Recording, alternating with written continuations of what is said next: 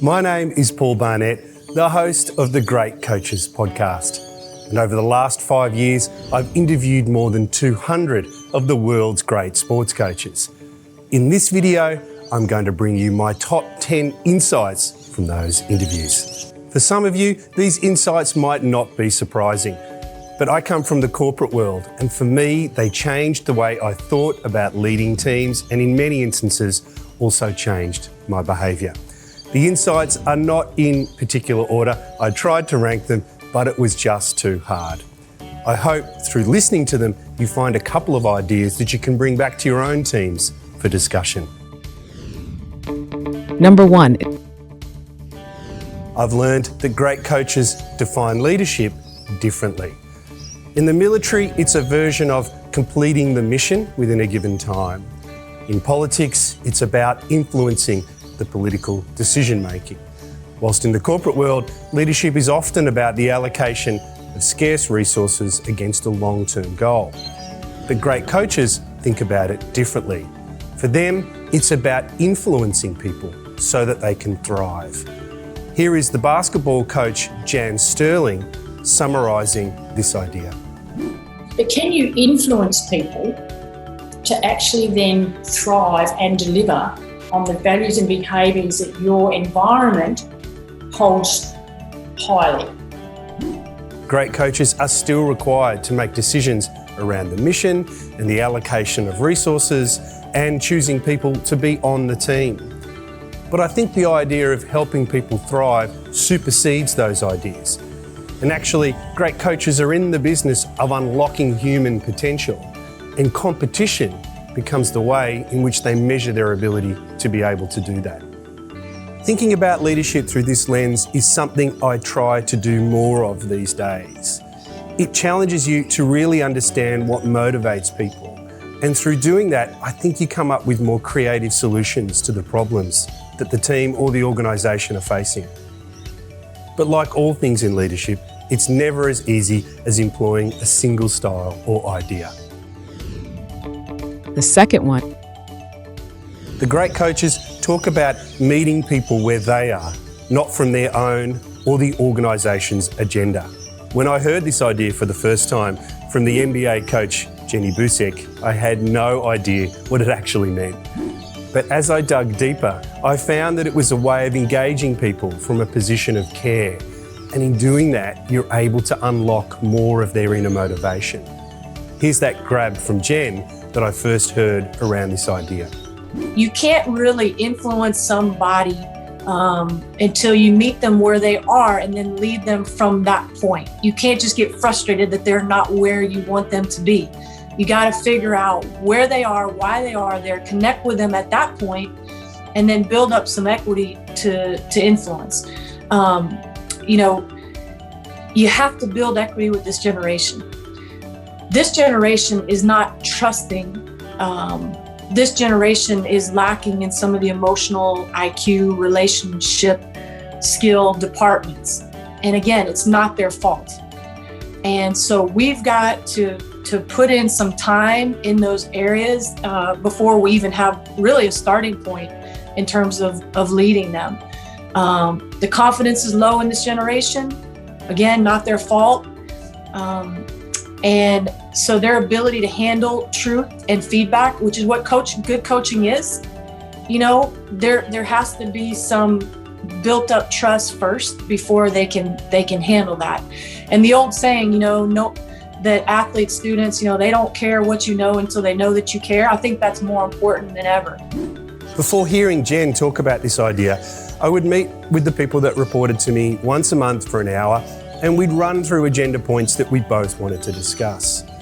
But I made a change to meeting with people weekly for about 35 to 40 minutes, and we would start from their agenda, what was on their plate, what they wanted to discuss. I'd try my best to listen, ask questions, and importantly, not relay stories. In that first year I started to deploy this style, my email count dropped significantly and the business performance started to improve. I'm not saying there was a direct cause and effect, but it did feel like there was a change across the organisation, even if it was only something that I felt.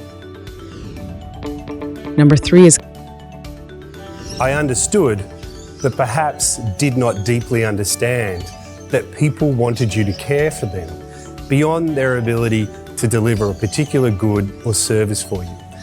Perhaps this is the biggest thing I've learned from interviewing the great coaches. The great coaches have care at the very heart of what they do. And to illustrate that, here is a clip from the iconic Australian rules football coach, David Parkin.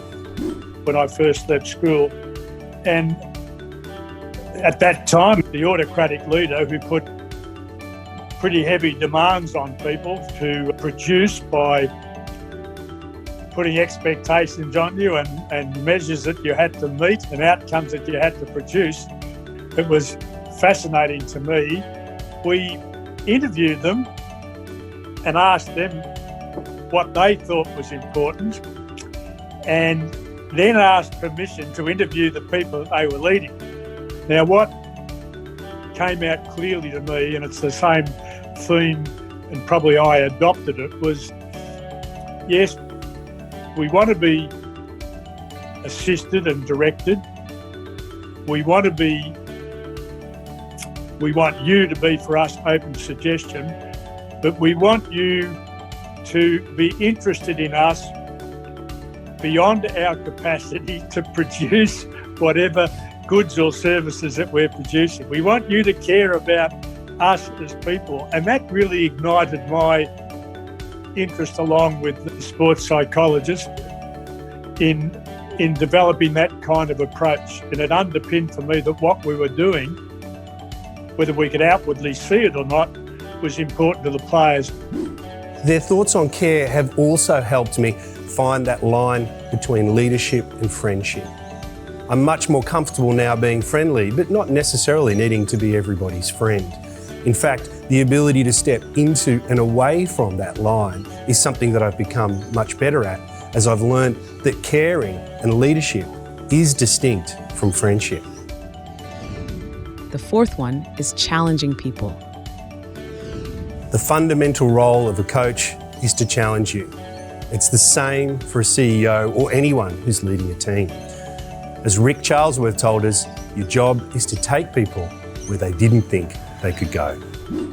As a coach, you do all of that, but what you do is you stretch the people who are working with you. You challenge them and you take them to a place they didn't think they could be. There is a line that you constantly need to find as a leader. Too much challenge and you're bullying, but not enough challenge and you're abdicating your responsibility.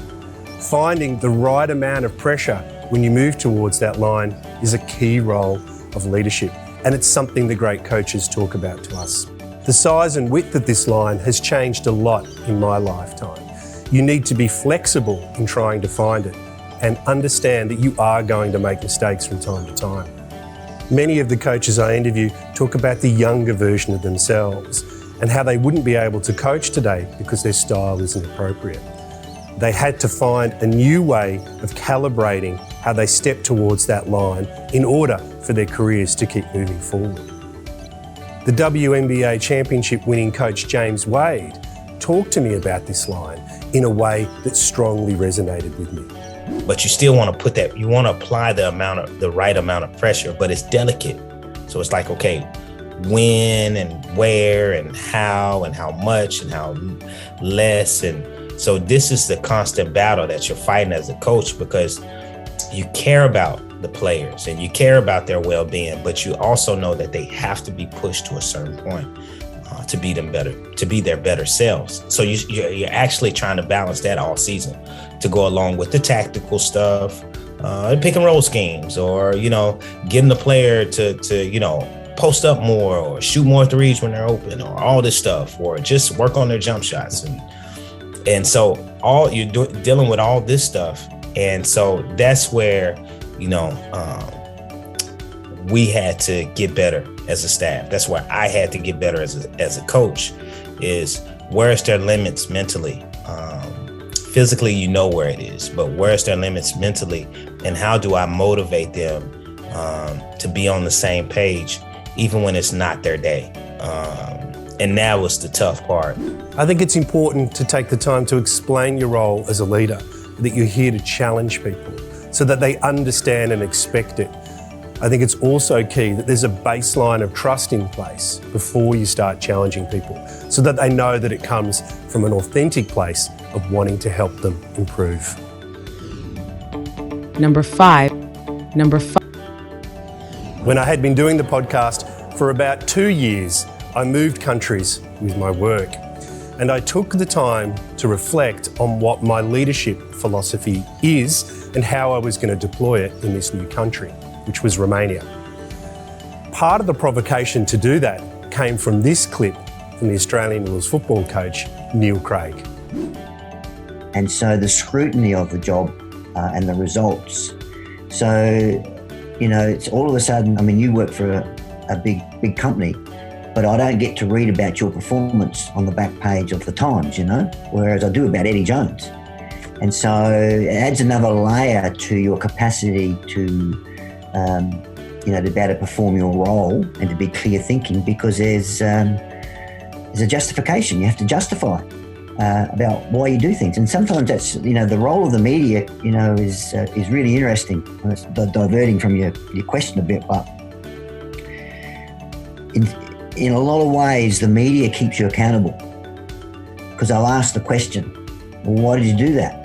Or why is your team not performing? Or why is this individual player being allowed to do what he's doing? And this is where, unless you know yourself as a coach, and the common term now being, unless you have a really clear philosophy about a range of things, you'll get caught out really quickly.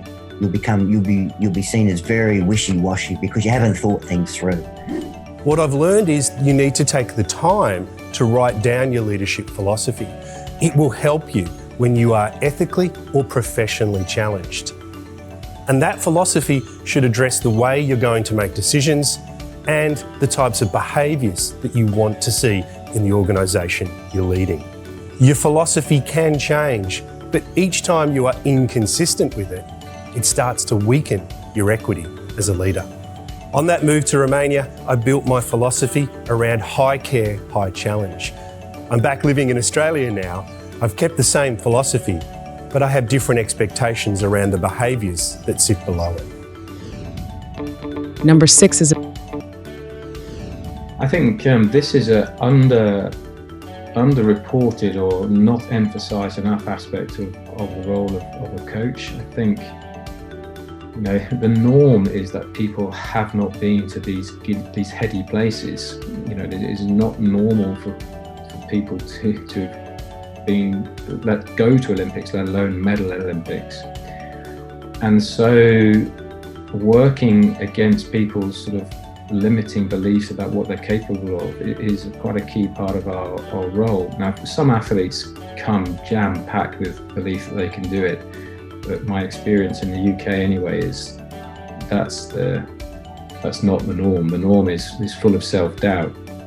So I think, first of all, normalising that self-doubt and almost talking to the fact that probably the majority of gold medalists at Olympic level have all been in the same place, and normalising it. Exploring with the athletes where their self-limiting beliefs have come from and whether they're actually based in fact, and often they're not. And then often sort of looking at some of those athletes' role models and maybe perhaps exploring some of their lives and where they've come from and what they've worked with and against over time and how they've achieved through essentially a leap of faith. So sort of breaking down with the athlete why they think they work the way they do. Is it based in fact? Looking at examples, or almost any example in high performance sport where people have sort of had to struggle, and often that struggles with their own self-doubts, and therefore normalising it in the life of an athlete, and that's the root of the conversations and where they tend to sit.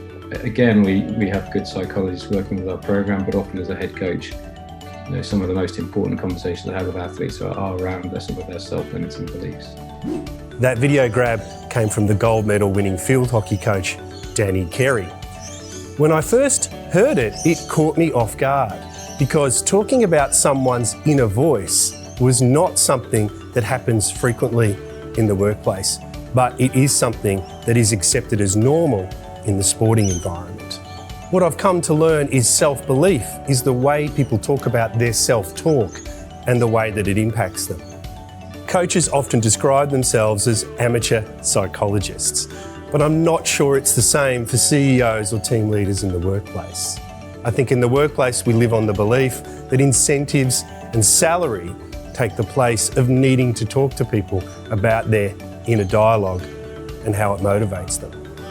I've now become more comfortable talking to people about their self-talk. I now talk to them about their self-talk, especially if I hear them voice it out loud when they say something like, "Oh, that was silly," or "Gosh, that was stupid." It's something that I picked up from the rugby union coach, Andy Friend, and in this example, he gives a great way of how he talks to people about their own inner voice. A great question I often say to people, I say, "Are you a bully?" And they go, "What?" And everyone gets really offended. "What? Are you a bully?" "No, I'm not a bully." "Good. I didn't think you were a bully." But if you think back to the last time you made an error, the way you spoke to yourself, if you spoke to somebody else like that, would you consider yourself a bully? And they go, "Oh yeah, I would be." Because you make an error and you go, and it's like, how can you allow yourself to talk to yourself like that? You wouldn't talk to anyone else like that. So the one person you know that you got to care about is yourself, yet you deliver that message whenever you make an error or you do something that you don't think is right. But you would never consider talking to anyone else like that. And I reckon that when you put it in that light, for certain people, it actually really resonates, and they go, "I've never thought of it like that." Well, so what can you do instead? The seventh one. Through all the interviews, I've found 3 things the great coaches talk about frequently when it comes to helping the people they lead build resilience. The first of those is selflessness. And here is the basketball coach, Dean Vickerman, talking about that. Selfless, hard, accountability, relentless, execute, other words that we use on that team. And to try and live it, we've broken it down even further to finish a practice. The selfless side of it is, how did you make someone better? And so we'll ask that question after practice. How was your physicality, which was the hard of what we did? Did you make others better with screening? Did you compete on every rebound? Did you dive on the floor? Did you do all the little extra things that help teams win? Before practice, did you achieve it in the day? Did you execute offensively and defensively what we wanted to get done over the day? And so we ask our players to rate themselves or to rate their teammate and give yourself a ticker across in all those 3 areas and try and build a consistency in our behaviours in practice every day. The second is gratitude, either expressed in a journal or through a card or through simply ringing someone to say thank you. Here is the basketball coach, Jan Sterling, talking about that. I just challenged them and I said, "Hey, now that we're all here together, have any of you given thought to actually, when you get home, writing a card to someone who actually would be home watching you with great interest that might have impacted on you really early in the start of your journey?" So it might have been you. And straight away the girls said, "Oh yeah, my under-10 coach was really fantastic." Do you know that every one of them did that? And fast track it now to now. And I know for a fact that there's some of those athletes that I've engaged with over time that say, "Oh, Jan, one of the best things, I actually send that," now it's email of course, but I actually write to people now and thank them, and when I achieve something or when I won my MVP, I wrote back to them and said, "Thanks for sharing," And so I'd like to think my legacy is that I've helped people embrace a little bit more of thanking and having gratitude for the journey that you've had, and understanding that even if someone's only had you for 1 season, that when you're an opener, you're getting that medal around your neck, mate, they own you, right? But let them know that they mattered to you. And the third area is normalising competition by introducing small competitions to the team. Here is the Rugby Sevens coach, Tim Walsh, talking about the way he uses this. So they're really important to be able to perform under pressure, and that's where that sort of processes come in, is, you know, process-driven, performance-based, and then giving the players tools to be able to do it. And that's got to become part of your culture and your training. So out of your comfort zone, chaos. And I just find a lot of games that aren't related to rugby, it's more mental application that really put you in those positions. So I think there's a dartboard in the background here. So there's like, you know, we'll have tournaments in here that, you know, you get one shot, you know, closest to the ball or whatever it is, that, and then you review it. It's like, how did you feel? What did you do about it? How did you handle that moment? Did you visualize? Did you breathe? Did you think about the outcome? Did you not focus on the process? So, you know, whether it be this or golf or anything, but you're constantly putting the players under pressure. When I was working in Romania, the war with Ukraine started on the border. And I found myself referring to these three ideas frequently and finding ways to build them into my everyday work practices. Number 8 is about self-reflection. Great coaches are self-reflective. They talk about it quite frequently. But what they are able to do is reflect, learn and move on, but not allow it to become rumination, where it stops them from being in the moment. Here is the Australian basketball coach, Sandy Brondello, talking about this learning and moving on loop. It's no blame on the players. I always blame myself. I'm my hardest critic. There's things I could have done better. I don't point the finger. What can I do better? So that's why I look at it and like, okay, I need to be better. And it's, you know, continual. You're not going to win every single game, but there's always lessons to be learnt in every single game. And that's what I do I reflect, and then I learn, and then I move on to the next game, and hopefully I can be better. And that's why when I was a player, every single day I went to work to be the best I could be. I wasn't trying to be, you know, someone else on my team, you know, beating them out. It's no different as a coach, you know. I want to make sure I'm learning from those experiences, and then making sure I do a better job next time. So I try and pass it on to my kids, because, you know, they just, you know, want things to come too easy. You know, you're not going to get satisfaction if things are too easy in life. Self-reflection is talked more about by the great coaches than perhaps I've seen it talked about in the corporate world. But since hearing them talk about it in the podcast, I've tried harder to improve my own self-reflective techniques, using mentors, coaches and journaling to stop and reflect on what I'm learning as we move along. I think it's also a good way of role modelling to the organisation, how you want them to learn and move on and hopefully find more creative solutions. Number 9 is on learning. When I ask great coaches what sets apart the great coaches that they've experienced, they often talk about learning and curiosity. Whenever you move into a senior position, there's a danger that you can stop learning. After all, the skills that you've developed have helped you get to that point, so perhaps you shouldn't disrupt them by bringing in anything new. But what I find with great coaches is they're constantly on the look for new skills and ideas they can bring into their team. And here is the cricket coach Justin Langer explaining this. One thing I'll say, I would not be here talking to you today without incredible mentors in my life.